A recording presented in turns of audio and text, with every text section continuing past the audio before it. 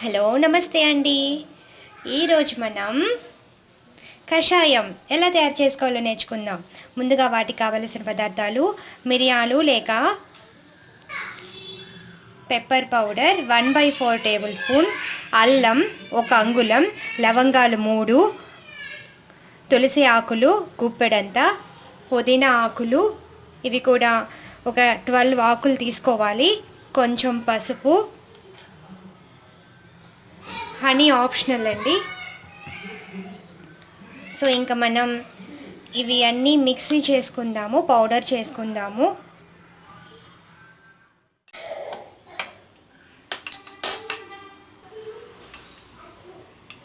మనం కోర్స్గా దంచుకున్న పేస్ట్ వేసుకోవాలి. అలాగే కొంచెం పసుపు,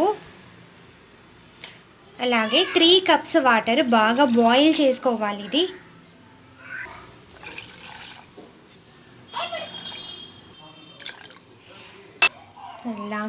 ఇది బాగా మరగాలండి. ఈ వాటరు సగం అవ్వాలి. సగం అయిన తర్వాత ఫిల్టర్ చేసుకొని గోరువెచ్చగా ఉన్నప్పుడు తాగాలి. ఇష్టమైన వాళ్ళు నిమ్మరసము, హనీ కూడా వేసుకోవచ్చు. సో ఇది కషాయం తాగడం వల్ల జలుబు, అపడిసం అలాంటివన్నీ పోతాయండి. సో ఇది చాలా మంచి కషాయం, చాలా యూస్ఫుల్. హనీకి బదులు కొంచెం బెల్లం కూడా వేసుకోవచ్చు. కొంచెం తమలపాకు కూడా వేసుకోవాలి. సో ఈ కషాయం ఇలాగా గోరువెచ్చగా ఉన్నప్పుడు తాగాలండి.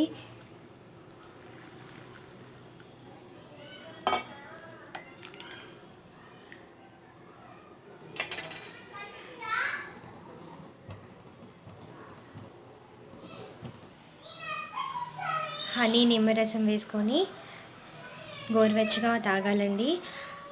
హనీకి బదులు బెల్లాన్ని కూడా వాడుకుందాము.